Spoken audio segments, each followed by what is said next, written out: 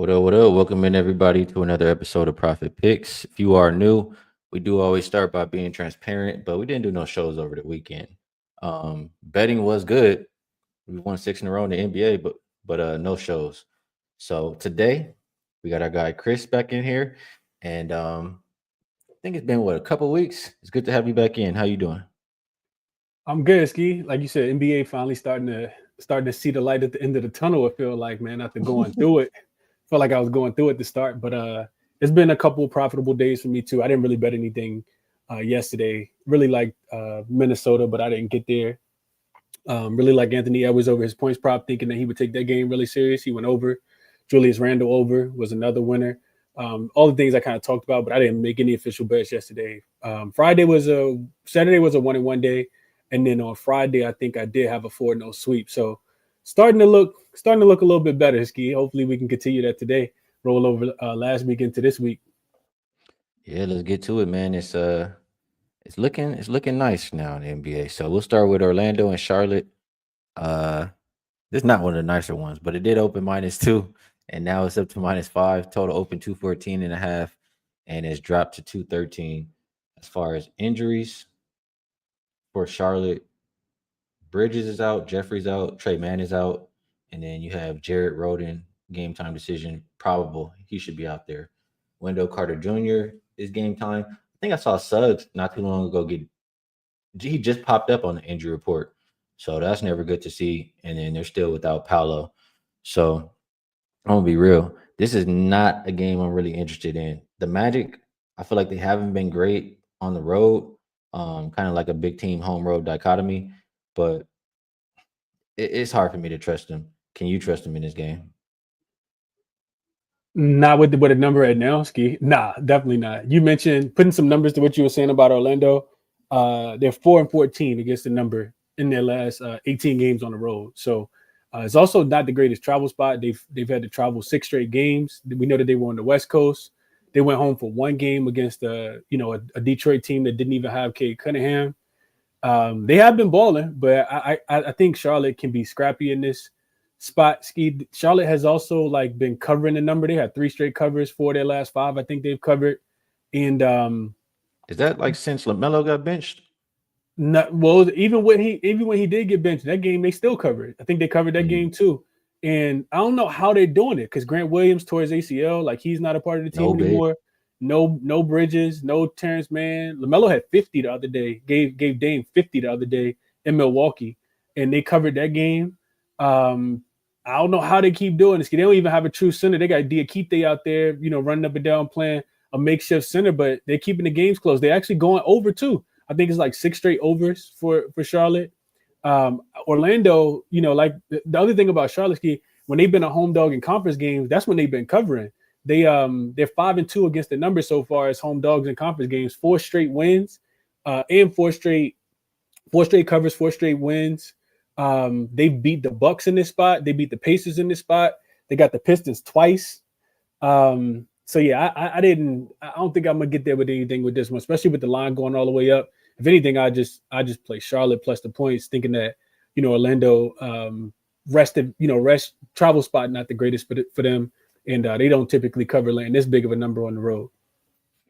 I'm with you on that. I think this is one where I will not be putting my money. I appreciate y'all. Shout out to everybody in the chat. I do see all the usual suspects. My guys, Dabby Cab in there, Joey, B Daddy, a lot of the usuals in here. Dab, let me see what he says right here. Needed you for the sesh today. Ski Dutch gave out. I don't know as his official NBA bets. Yeah, I missed it today. Usually I'm in there, but I actually had to do a show this morning, so I couldn't come on. But um, love your show, man. Love your show. Make sure y'all check out my guy Dabby Cab and Dutch on the sesh. Next, we're gonna go Pelicans and Pacers. This is one I do like. So surprisingly, maybe a little bit to some people. Pacers open -5. 6.5 is the current number.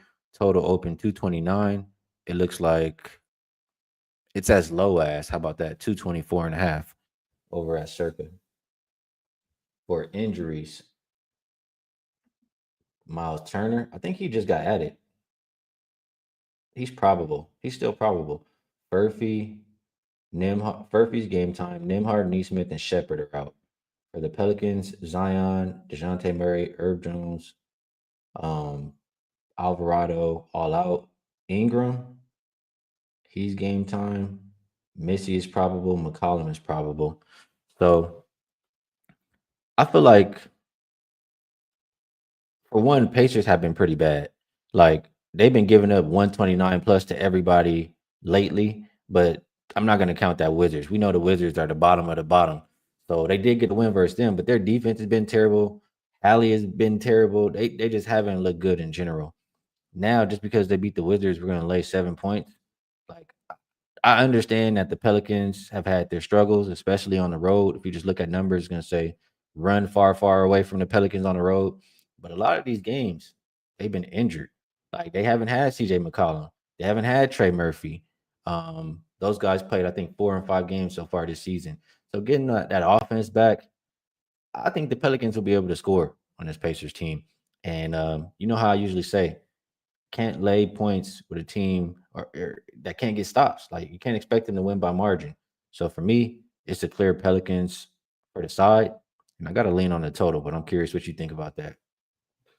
Yeah, no, I agree with you, Skee. I was this line opened at 4.5 yesterday, and I immediately was like, I'm not touching the Pacers in that spot. The other thing you didn't mention, Skee, you always talk about this, the rest advantage.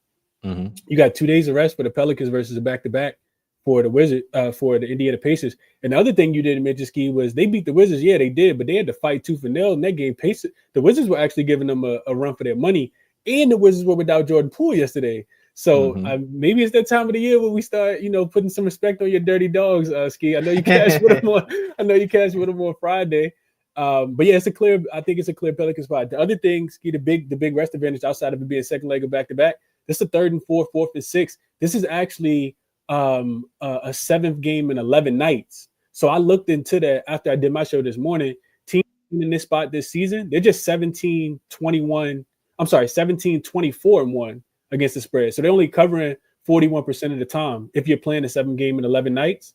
And only 48% against the spread since the start of the 2018 season. So I'm not putting my money on the Indiana Pacers here. It would be the New Orleans Pelicans or nothing. The thing here, Skee, is the Pelicans, they're 1-7 straight up on the road, 0-8 against the number. They have played against championship caliber teams on the road. Their losses have come by, all of them have been by double digits outside of the win that they got against the Trailblazers at the beginning of the season. But all the teams, like I mentioned, have been playoff teams. Their recent loss for the Pelicans have come against the Cavs, best team in the NBA right now, by the numbers. The Mavericks, the Thunder, the Magic, the Warriors. So I'm with you. Can't lay points with a team that doesn't get stops, and especially with the rest advantage. I like the +7. Gotta leave a little meat on the bone. I know I can't talk about everything, but that rest advantage. That's what I look at. And it's just a 100% Pelican spot. Doesn't mean they're 100% gonna win. No, it doesn't. It just means that it's in my opinion, an advantageous situation. For the total, this is how. I mean, first of all, the Pacers, they do want to play fast, even though the offense hasn't looked like we're accustomed to last year. They play fast. They don't play a whole lot of defense, and that's translated to what's my bad. Let me get here. That's translated to 12-4 to the over on the season. Every single home game for the Pacers has gone over. For the Pelicans, let me see. No, they're just 9-8 to the over, but they're getting some, like I said, some firepower back offensively. I don't agree with this total dropping the way it did, 5 points. At some point, I think we got to go back the other way. 224.5. Could that be the number? What are your thoughts on that? Yeah, I agree. Yeah, I think the one thing that scares me a little bit is that the Pacers offense hasn't been playing as well. And the Pelicans, when they have been competitive in games, it has been more so defensively. They haven't really been able to score at all. So that scares me a little bit. I didn't really look into the pace numbers as much, as far as we know the the Pacers want to play fast, but do they run out of gas in this spot, Skee? Do the Pelicans have enough defense to be able to slow them down and just cover it? Cover the spread without it getting up and over the total. 225 is a pretty low number for a Pacers game. I think we can agree in that. Yeah. I would definitely take the over before I take the under, but just a little bit of hesitation, I guess, with it being a 7th game in 11 nights for the Pacers. And the Pelicans need a win in the worst way. They got to cover against Golden State the other day, but I think they've lost 4 straight. Getting Brandon Ingram back, I think, is going to be really, really big. And but to your points, they still got guys that can fill it up. They got guys that can definitely fill it up. Trey Murphy's back now. Hawkins is back off the bench. Could I interest you in a Pelicans team total over here, Skee? Yeah, I'm pretty interested in that. I'm not gonna lie. Let me see. The number for that is 109 is the best number I see right now.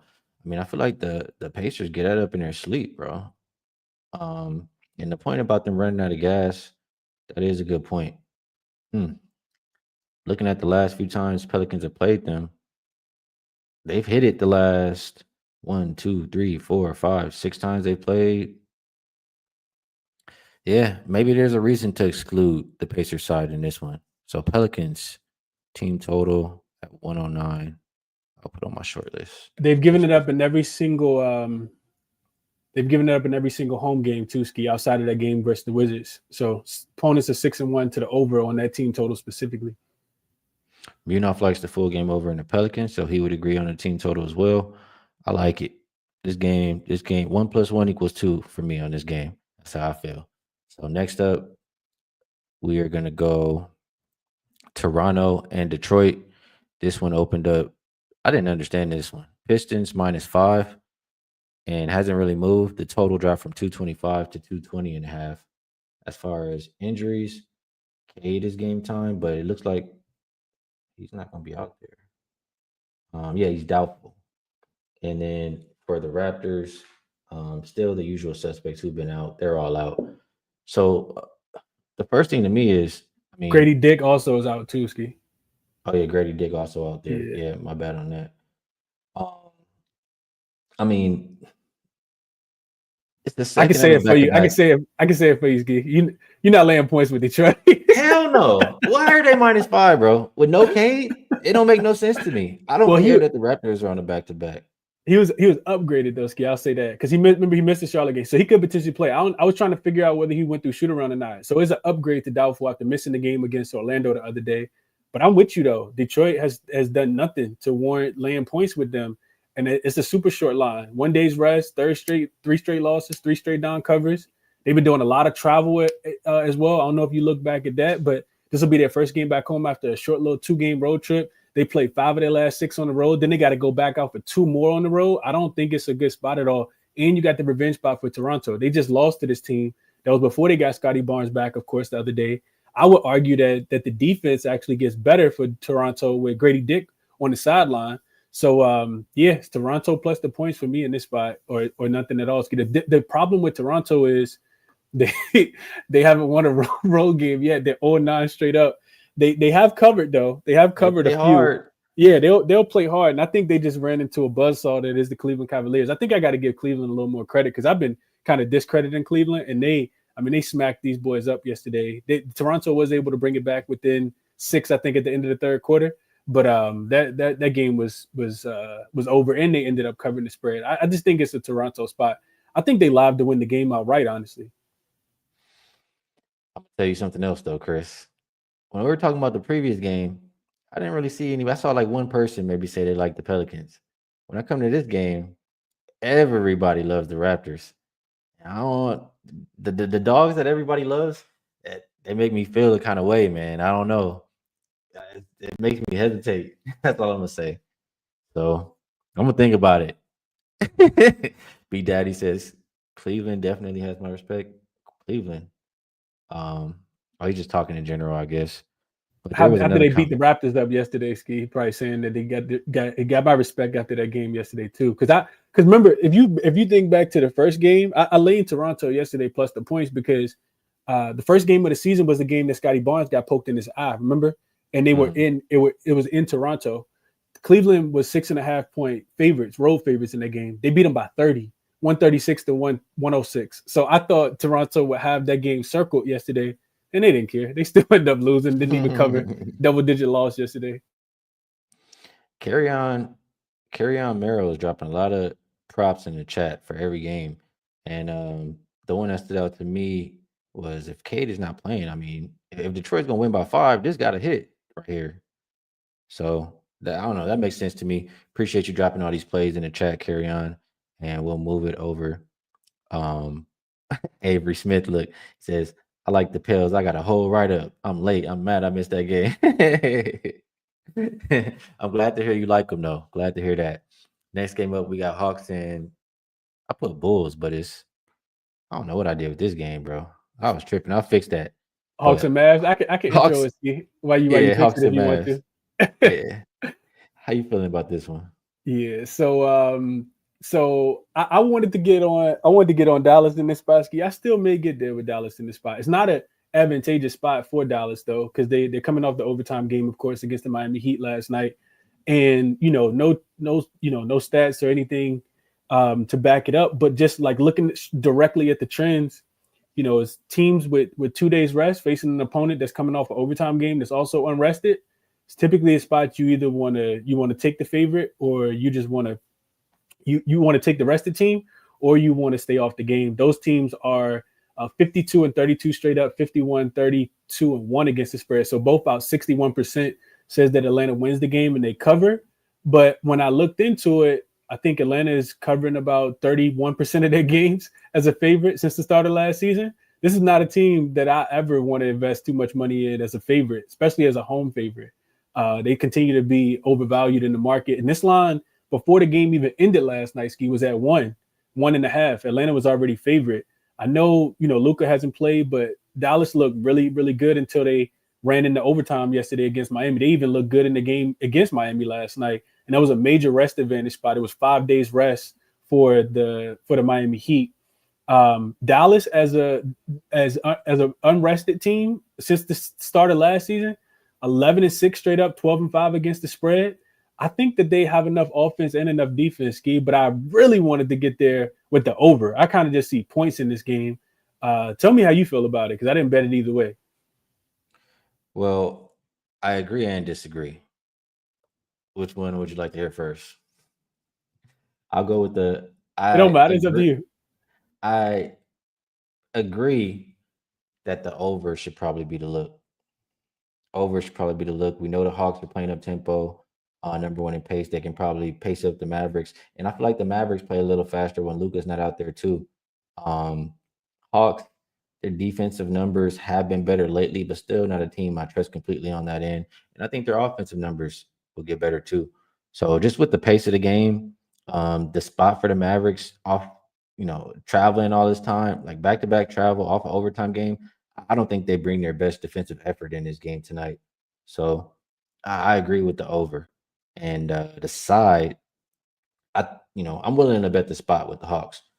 Um, I don't like. Not only was it overtime last night, but they were traveling before that, and I mean, Kyrie and PJ played what close to 40 minutes last night. I was thinking maybe one of them could get rolled out in this game. Um, I would think we would hear something by Clay's 10:30 a.m. questionable. Clay is Oh, Clay's questionable, Skee. questionable now. Yeah, with plantar fasciitis. I forgot to mention Nah, that. I want him out there, man. You just go ahead and stink it up.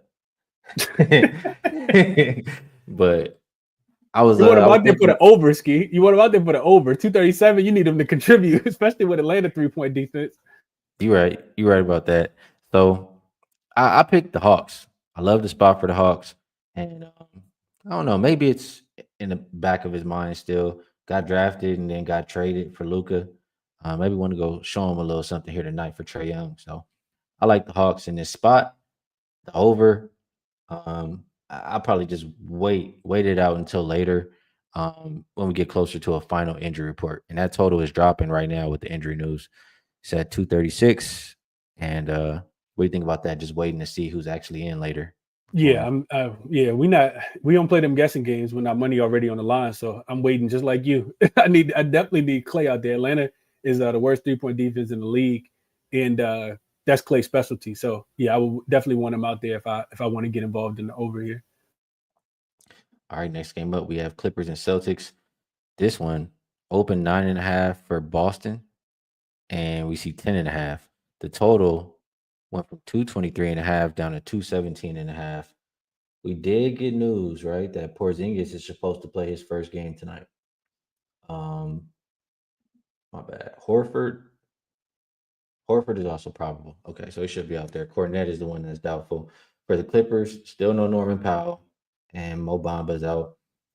Clippers, they've been playing some good defense lately, but is the defense going to be good enough for this Celtics team? That's a whole nother question. I do think we could see a little bit of rest for Porzingis in his first game after so long. He probably won't play that many minutes, but still, Boston could really Boston could play this game either way they want. Like one thing I'll say is if I have to say what do I trust for both of these teams, I trust both defenses. I do. It's just that the Celtics offense is so good. So I wanted to get there with under. What do you think about it? Yeah, I kind of wanted to get there with under. Then I had a couple systems that said take over just because the total's so low and both teams are playing arrested.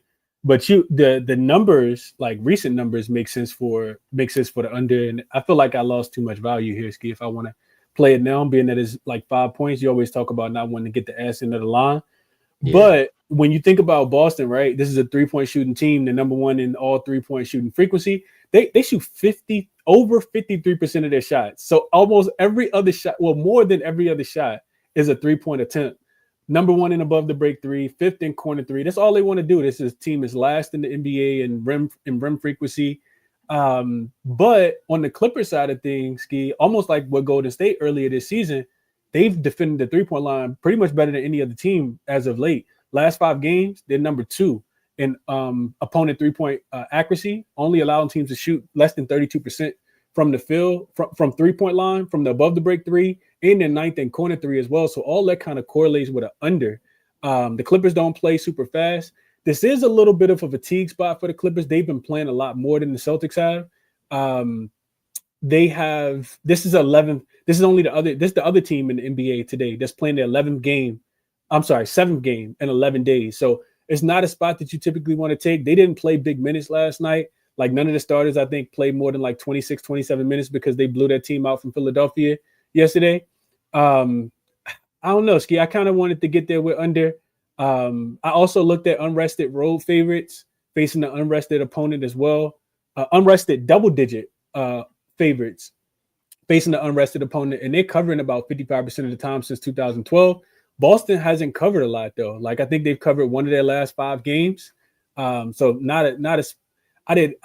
it's hard for me to play this game. I kind of want to take the points with the Clippers if I'm being honest, but I didn't play it. I don't think I'll get there either. Somebody said that Horford is actually doubtful. I swear let me refresh. I think I saw that he was doubtful too, Ski. I think that, but then you said right now it says very likely to play. So maybe he's been upgraded. Okay. Ream Beam, that's every day, man. Every day. This is normal. Okay. Next game up, we're gonna go Blazers and Memphis. Opened up Grizzlies -8. They're 10.5-point favorite now.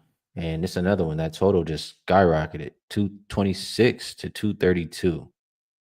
Injury report. John Moran is game time, but he's more like, well, he's not probable. But they have him in the starting lineup like he's gonna play. Still he did go through shoot around, Ski. Okay. That's good for him to play tonight. Vince Williams is still out as well. For the Blazers, looks like Ayton is doubtful. Chris Murray is game time. Scoot is game time. So is Jeremy Grant. There will be no Klingon. So it could be missing 2 bigs here, Ayton and Klingon. And then Matisse Thybulle is out. That could be a problem versus a Grizzlies team who really likes to attack the paint and the rim. So it's a lot of points to be laying. Maybe I think the Grizzlies can score. Maybe Grizzlies team total or just the over. But then I think can the Blazers contribute? What do you think about this total or this game in general? Man, I was hoping that Klingon didn't get hurt the other day against Houston because I really wanted to take Portland plus the points in this game. They've been super feisty. I don't know if I can do it without him though, especially if Ayton doesn't play. Like these injuries are significant on the Portland side because this is already one of the worst offenses in the NBA. But they've been playing well defensively, like 5 straight unders. You remember, Skee, when you was back in the beginning of the season when you was taking Portland plus the points in the first quarter. This was the Portland team that you were betting on, a team that could, had the starters to be able to keep the game close. and they were 6-1 or 5-1 against the number of their last 6 games, and all of it started after Memphis came in there and beat the brakes off of them. Memphis beat them by 45 points. Remember, Chauncey Billups called the team out, said that if they could sleep that night, then they were soft and they were suckers. They beat them 134-89 in that spot. And I kind of feel like they remember that, man. They've covered 5 games since, 5 of the last 6. They actually had an impressive win against Houston the other day. I say all that to say, after losing by 18 points the night before, too, I say all that to say I still can't do it. I need Klingon. I need Aiden. I need Jeremy Grant. I know I can't get Klingon, but I need Aiden. I need Jeremy Grant. I need Scoot. Scoot was actually involved in a car accident on Saturday. On Friday night after he left the game in Houston, and it was a minor car accident. It just kept him out of that game. So now he's listed as questionable for this game. So I think it was like some back soreness or something like that. So they might have just been being precautionary with him. But I need more reinforcements back for Portland if I want to touch them in this spot. Skee. I also think that if Aiden does play, and they get Scoot and they get Jeremy Grant, I think I like the under a little bit more. I think just looking at Portland, Aiden is doubtful though. I know, and he hasn't played in the last few games either. So if he's not going to play, then I'm off the total. But if he does play, I think it's a nice under spot. I can't rely on Portland to score the ball consistently. If Jeremy Grant doesn't go, I think it's definitely an under spot. How many points will Memphis have to score in this spot? And I also think that anytime you win by 45, you just overlook that opponent. You're like, oh yeah, we just beat this team by 45 like 2 weeks ago. So we're not, we don't really care about this. That's what we've seen so far. So these teams in these big revenge spots where they've lost by double digits, in-season revenge so far, they have been covering. We just saw the same thing happen with Portland the other day. Portland lost to Houston by 28. The next night, they go in and beat the Houston Rockets outright. So we've seen that happen, quite a few times already this season. It's actually been a super profitable trend so far. So as much as I want to get to Portland, I don't know if they got the horses, Skee, for me to put my money on them today. And like I said, I really wanted the under as well. Glad I didn't jump in front of it last night. And the only way I would play it is if Aiden is going to be ruled in. I need some Scoot Henderson defense as well, and Jeremy Grant. I need all of them for me to get involved. You need some help to get to the window. This one, man. I can't get there either way, Skee. Says 205 people watching, only 47 likes in the show. Yeah, if it hit the like button, it definitely does help out the show 100%. There was one more comment I saw, or 2 comments actually. They're both about, here we go. Munoz also says Time Lord rebounds, and Val says still waiting on Robert Williams III points and rebounds lines prop. I mean, who else is going to grab him if there's no Aiden, no Klingon? So that seems like a good one. That's why they don't want to put it out yet. He said that on my show. Shout out to Val. He said that on my show, and I wrote it down earlier. The other thing, Skee, I don't know if you mentioned this or not, but Edey is also out. Zach Edey is not on the opposite side, so that's even more opportunity. That was your brain working the same way mine did when he said that earlier. I wrote it down, put it on my short list. I like it. I'll be on the lookout for that prop throughout the day. I appreciate you sharing. Next we have Knicks and Nuggets. Nuggets open -3. They're now a 4-point favorite. 233 was the opener, and it's as low as 231.5. Let me just refresh again because these injury reports keep changing for everybody. So for the Knicks, you have Karl Anthony Towns and McBride, both questionable. No Achua, no Mitchell Robinson. For the Nuggets, Peyton Watson is questionable. I'm sorry, he's probable. And Aaron Gordon is out. I'm going to be real. I don't really want to talk about this game too much. But, I'm going to let him have his shine right now. I'm going to pass it to you, Chris. What do you think about Nuggets and Knicks? Man, I think that if I want to play, I definitely need to know the status of Karl Anthony Towns. They don't really have too many bigs that I trust, Skee. I mean, Karl Anthony Towns plays, both sides of the basketball, not really playing too much defense. I kind of feel like the Knicks should bounce back in this spot after losing outright what would they land? 8.5 points to the Jazz on Saturday. So probably look at his spot to the Denver Nuggets, maybe. They lost that game by 15 points, and they've actually struggled defensively. They gave up 121 points to the Phoenix Suns the game before. So 121 and 122 given up in their last 2 games. If I look at Denver, Skee, they're actually playing a lot better offensively. They came back the other day after being down at halftime, smoked our Lakers in the second half, won that game by 25 points. And offensively, they've scored 120 in 3 straight games, 120 or more in 3 straight games. I kind of just feel like Denver is the spot here. This line opened at 3.5. If Karl-Anthony Towns doesn't play, then you lost the best of the you definitely gonna get the worst of the line if you like the Nuggets here. But I did not play the game. Maybe even the Denver team total up and over like 117.5 or something like that. I think that they should be able to score based on the Nuggets defense recently. And I think Karl-Anthony Towns is going to be in hell trying to guard Joker today. I think Denver's offense is finally starting to click a little bit here, Skee. Yeah, they are. And I don't know. I kind of think, the Knicks defense hasn't been so good. I think the Nuggets, I think they can really score on them tonight for real. It makes me want to play over. I know the Nuggets don't play fast, but they're efficient on offense, et cetera, et cetera.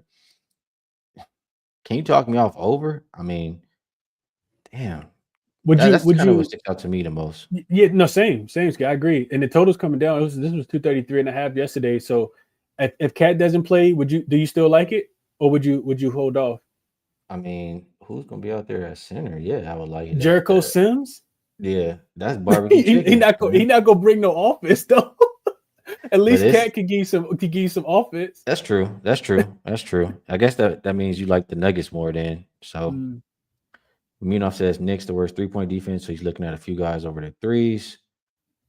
Lit Picks likes the Nuggets team total, and that does sound good to me. He's also looking at MPJ, says small forwards are giving the Knicks fits. AJ likes Voldemort over assists. Nah, he likes Westbrook over his assists. I think I'm gonna be on the sideline, man.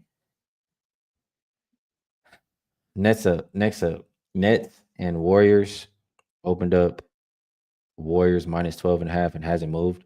Total hasn't really moved either at 223.5. Kuminga is questionable. And for the Nets, they got a lot of guys on here. Simmons out, Sharp out, Dorian Finney-Smith out. Looks like Bogdanovich is doubtful. Schroeder is questionable. Clowney also questionable. For the Nets, they did just play. My bad, let me get this up here. So they did just play last night. It's their third game in 4 nights. It's the same third game in 4 nights for the Warriors, but they did have yesterday off. The Nets, that first half, I mean, it started off 10-0. We now see them at 12-4. So a little bit less hot lately in that first half for the Nets. The more I think about this game, I feel like the Warriors can really run them out the gym. But I don't feel strong enough about it to bet it. Do you?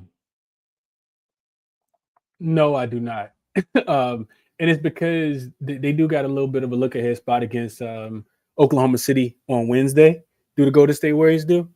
But man, I just kind of feel like Brooklyn did what they were supposed to do last night. Skee, that for Coach Fernandez, I think that was like one of his like coaching spots. He was kind of under that umbrella right with Mike Brown. So I kind of feel like they did what they were supposed to do. I was watching the game late last night. I saw Cam Thomas like take a hard fall on the ground. He did come back in the game and finish it off, but I could see him potentially popping up on the injury report a little bit later in this spot. You're down Ben Simmons because he doesn't play back-to-backs. Schroeder was ruled out last night. It's a difficult game for me, man. Golden State does not typically cover as a big favorite like they are. Going back to last season, they're 7-1 straight up as a double-digit home favorite, but only 2-5-1 against the number. Back-to-back non-covers for Golden State as well. They went to New Orleans over the weekend, didn't cover. They went to San Antonio the next day, had a double-digit lead at halftime, lost the game by double digits. So they haven't been playing, as well. Yeah, that was I remember that. Yeah, they have not been playing as well. I think as much as I want to get to like a Brooklyn team total under Skee, because I feel like they could potentially struggle to score in this spot. Golden State like plays really good, perimeter defense. I don't think Brooklyn has been attacking the rim too much. I still didn't get there with a team total under on the Brooklyn side of things either. So I guess that's the way I would lean is towards the under. I did have a system that says that if you lose as a favorite, and you're a favorite of at least 9 points or more in your next game, or if you lost as a favorite, um, and then you're a favorite of at least 7.5 points in your next game since the 2018 season, those are 58% trends towards the under. It's a 6-1 to the under spot this season, and games are staying under by about 11.5 points so far this season. So that led me to a Brooklyn team total under, just because they did go out and exceed expectations last night. They won that game yesterday against Sacramento as a double-digit dog and no rest. I know it's a short travel from Sacramento to Oracle, but I'm sorry, to Chase, but yeah, I kind of feel like if Golden State wanted to lock them up tonight, they absolutely could and run away with the game, like you said. So that I was just gonna ask you if Golden State, is gonna dominate in this game. I was gonna ask you if you thought it was more offensively or defensively, and I think we got the answer there. You expect them to play some good defense, right? Yeah, I think so. I think Brooklyn plays slow. I don't think they play too fast. I think they'll probably try to slow the game down as much as possible. And I guess I could kind of see them struggling to score more so than I could see Golden State, potentially running it up. But I think honestly both of them could happen, which is why I didn't put my money on it. I'm also go ahead. I was just going to add this, Skee. If I look at Brooklyn last 5 games, they are Yeah. the 11th rated offensive team. They're fifth in effective field goal percentage, but they're taking and making a ton of 3-point shots. They're number 2 in above the break 3 frequency, number 3 in field goal percentage. They're shooting 42.5% from the 3-point line at the above the break 3, number 3 overall in 3-point field goal frequency, and number 5 in 3-point accuracy.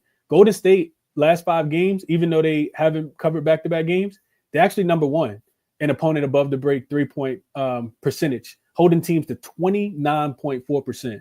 So I think, what Brooklyn likes to do is going to be taken away from them in this game. And that would also kind of, I guess, lead me towards a Brooklyn team total to go under.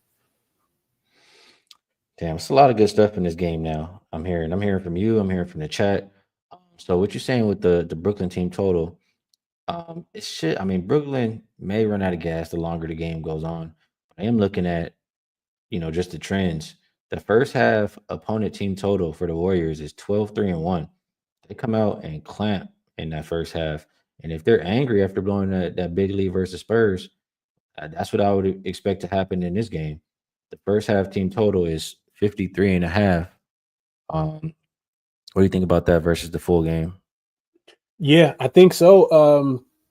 You said Schroeder was listed as questionable, right, Skee? He didn't play. He was Right. like ruled out like 30 minutes before the game last night. He, of course, would mean a lot, because if you're without him, and we know Ben Simmons doesn't play on second leg of back-to-backs, I mean, who's going to be a true point guard, in that spot? So I would like it a lot more if Schroeder was potentially ruled out in this spot.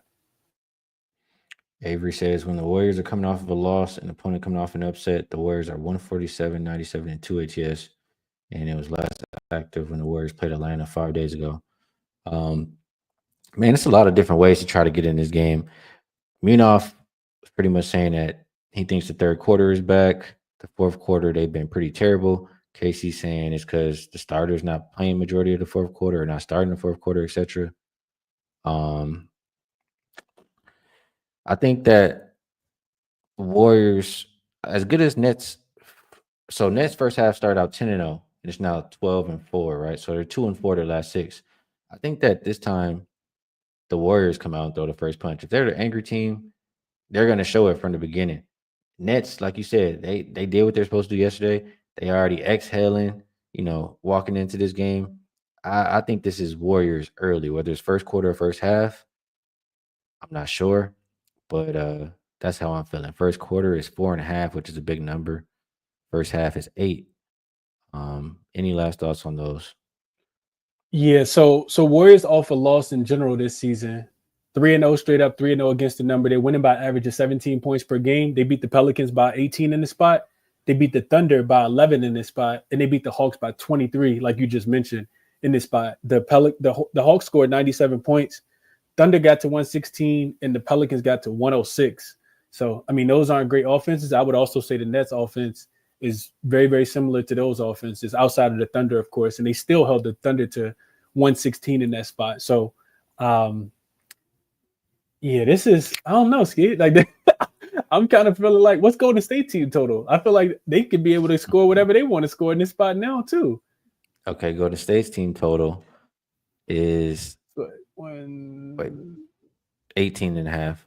118, I mean, they score 120 in this spot every single game. 124 against the Pelicans, 127 against the Thunder, and 120 against the Hawks. When you say in this spot, you mean what, off a loss? Off a loss, the Warriors off a loss. God damn, man. I'm gonna have to oh man. I gotta make some decisions here. It's a lot to look at, lots to like. But it's one of them is the way to get paid. David says, I'm not making sense. Let's see. Skee, you're not making sense. Warriors kill Spurs first half and lost bad in second half. They'll be focused on second half, not first. I think they'll be focused on the entire game. Yeah, me too. Why would that mean they're not focused in the first half? They don't want to go down after losing Yeah. to the Spurs. They don't go, yeah. I don't think that makes sense. I think it makes sense for them to play a complete game. All right, we'll move over to the next one. We did a lot of talk on Nets and Warriors. Last game is Thunder and Kings, and this one opened Thunder minus 4.5. I'm gonna go right to the injury report with that. I mean, let me just see. Isaiah Joe, game time. Caruso out. Jang out. Chet out. The big man Jalen Williams is out. For Sacramento, Malik Monk, it's game time decision. Could get him back out there. Carter out, Crawford out, and Mason Jones out. The Kings just played yesterday. Let me just get this up here. The Kings just played yesterday, and the Thunder have had 2 days off. Chris, they've had 4 days off? 4 days off, yeah. Okay. This is even making, I mean, first thing I did when I looked at this was, why are the Thunder only laying 4 points? I mean, they could lay 4 points with the Kings not on the back-to-back. I mean, they could lay more than 4 with the Kings not on the back-to-back. So seeing 4, I feel like the odds makers are just like this at the window. Come bet OKC. Come over here. And I don't like when they begging me to come bet a side. That's the first thing that pops in my head. So it should be easy, Thunder win. But somehow I feel like it won't be. What do you think? Yeah, I gave my money to the books already, Skee. Hopefully they give it back to me. Hopefully they give it back to me with a return on my investment, because I saw the same thing you saw last night. And then I capped the game before the Thunder play last night. And then during the game, I'm like, man, this looks even easier. Because Sacramento looks like a shell of themselves, Skee. Like, they have not been playing good basketball. If they get Malik Monk back, he hasn't played in 7. I think it's been 7 games that he's missed. Like, I watched this team lose to Brooklyn last night. I know that the roles flip now because they're a dog, but the other thing outside of Isaiah Joe being listed as questionable, hopefully he plays, they just got Isaiah Hartenstein back, Skee. They were a plus 27 in the game with Isaiah Hartenstein in the game. So I think that slows down Sabonis a ton in this spot. I think you put somebody in the torture chamber, whether that's DeMar DeRozan or De'Aaron Fox, and then you just play really good defense. They don't have anybody to slow down Shai Gilgeous-Alexander. And I think OKC, I don't know what the book's doing. I've been trying to figure this one out because I played it last night, -4. Been trying to figure it out ever since. Have not found the answer yet, Skee. All right, well, let me Lit Picks here says Kings lost 3 in a row. Give me the desperate team with the points. They mess around and win tonight. They did. I mean, they're getting healthier, right? DeMar's there, Sabonis is there. Could get Malik Monk back tonight. They're at home. Let's make the argument here, Chris. Rest versus rust. I mean, after how many days do you become rusty? 4 days? That's kind of a lot to not be playing basketball. What do you think? Yeah, and let's just see. Let's see if we look at the Thunder specifically in this spot where they've had. Let's just go more than 3 days of rest. Or let's go 3 days of rest or more since the start of last season. They are. Let's see. The Thunder are 4-2 straight up. Only 2-4 against the number, like you said, Skee. When they've been at a 3, when they've had 3 days of rest or more. And 4-1-1 to the under. I also consider the team total under for Sacramento. Their offense just doesn't look right now. The other thing I mentioned, Skee, when you talk about rest, is the idea that you have that 2 days rest or more, right? I'm pretty sure you got the same system, but I looked at teams, looked at road favorites with 2 days or more rest, playing an opponent that's on the third game in 4 nights, so not just a unrested team. And they're covering 61% of the time, 61.5% of the time, 40, 25, and 6 against the number. They're winning by average of 11 points. So, like I said, Sacramento last season, if I look at last season combined with this season, they're only 8-11 straight up, 7-12 against the spread when they're playing on 0 days rest. So they're only covering about 36.8% of the time. OKC finished last season and this season combined, they're 10-2 straight up, 8-4 against the number when they're playing rested versus an unrested opponent. They're winning by average of 10 points. So Kings don't play well unrested, and OKC playing a little bit better when they do have the rest advantage, 8-4 against the number. So we'll see what happens, man. But I'm on the OKC side. Man, I'm first. I'm not gonna lie, man. I'm feeling right now like everybody on the Thunder, huh? I want to just. Is that what the comments said too? I mean, the comments, everybody's liking the Thunder. Yeah, there's been one person. Star Child says, "Skee, that just makes the case to take the Kings early." I do think maybe a first quarter or something for the Kings could be in play here, man. Just If you like them, I think you do. The longer the game goes on with 4 days rest compared to 0, I think the worse. So I would definitely agree with you there. But sometimes, Skee, sometimes I feel like I've been doing this a lot. I feel like I've been overthinking it. I'm not telling you to come over to the Thunder side, but like yesterday, you see Philly open up as a 1-point favorite against the Clippers, and it's like, what are we doing here? Like, so the line like changes because Saturday night when I went to sleep, they were +1. The Clippers were. When I wake up, they're like -1. But all throughout the day, like nobody bet the Clippers. The line closed like -1.5, and they won by 40. It could be one where you're overthinking. Man, I don't know. I'm gonna tell you like this. Casey says they're recruiting Thunder Buddy Skee. I'm gonna say like this. And before I say that, actually, let me go back and put this on the screen. My guy LJ shared a good one. Road favorites, 2+ days rest versus unrested team off a loss. 36-5 straight up, 30-11 ATS since 2019. That says to go ahead and back those Thunder tonight. Maybe I'm cutting up. But this feel like I'm gonna be on the Wagertalk show later. They had a contrarian play today. I feel like this could be the contrarian play of the day. And somehow, some way, the contrarian gods get there. So as of right now, I'm wishing everybody and Chris luck. But later, by the end of the night, I might be in the corner trying to get the Kings. I'm not gonna lie to y'all. You sound like Cal. I might be like that in the corner. So that's the slate. We got through everything. I think we did a pretty good job. So we'll move it over to best bet. Before we do best bet, Chris, is there anything you would like to promote?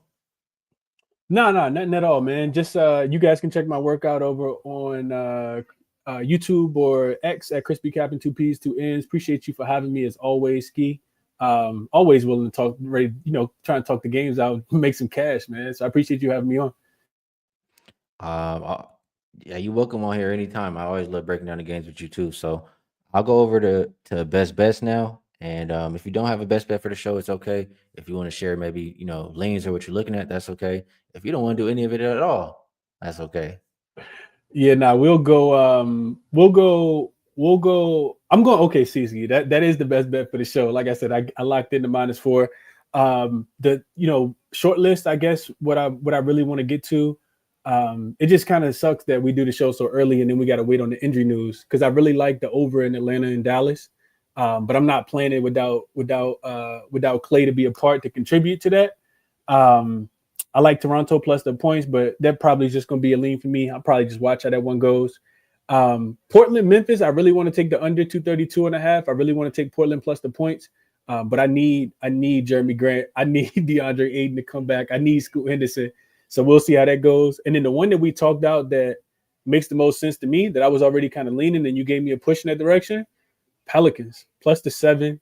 Pelicans team total over 108.5 or 109.5, whatever that number was, makes a ton of sense in my opinion. not laying points with the Pacers on a 7-game and 11 night ski. So those would be the top looks for myself today. Good stuff from Chris. I will give a shout out to themoneyballer.com. It's our guy Ronald Cabane's website. A lot of these situation or stats or trends that I'm looking at, I'm using this website throughout the show, and it makes it easy. It's color coded, etc. Just an easy way to get all the information you need to cap the games. So there is the link in the description here, and use promo code Skee. You get 50% off your first month, or you can go do it on Chris's channel too. He has the link. And do you have a promo code for them to get 50% off? Yes, sir. Crispy cap and 2 P's, 2 N's. So make sure if you want to give it a shot, use the promo codes and you'll get 50% off your first month. Check it out, see how much you like it. And then other than that, there's one other thing I got to touch nowadays, and that is going to be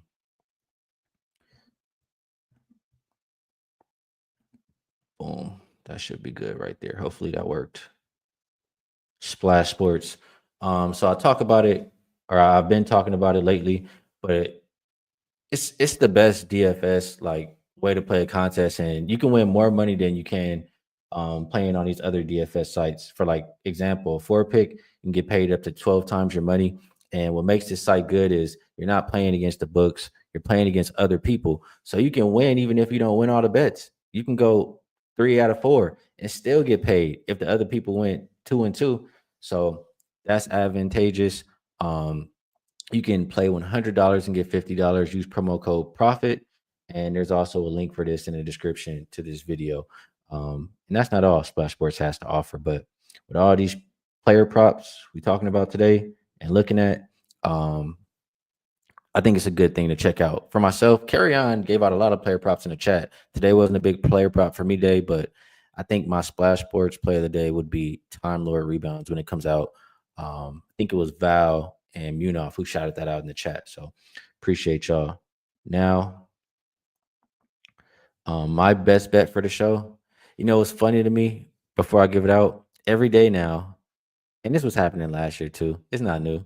Nobody wants to take the ugly teams, but there's people in the chat. They be like this every day. Skee, don't do it. And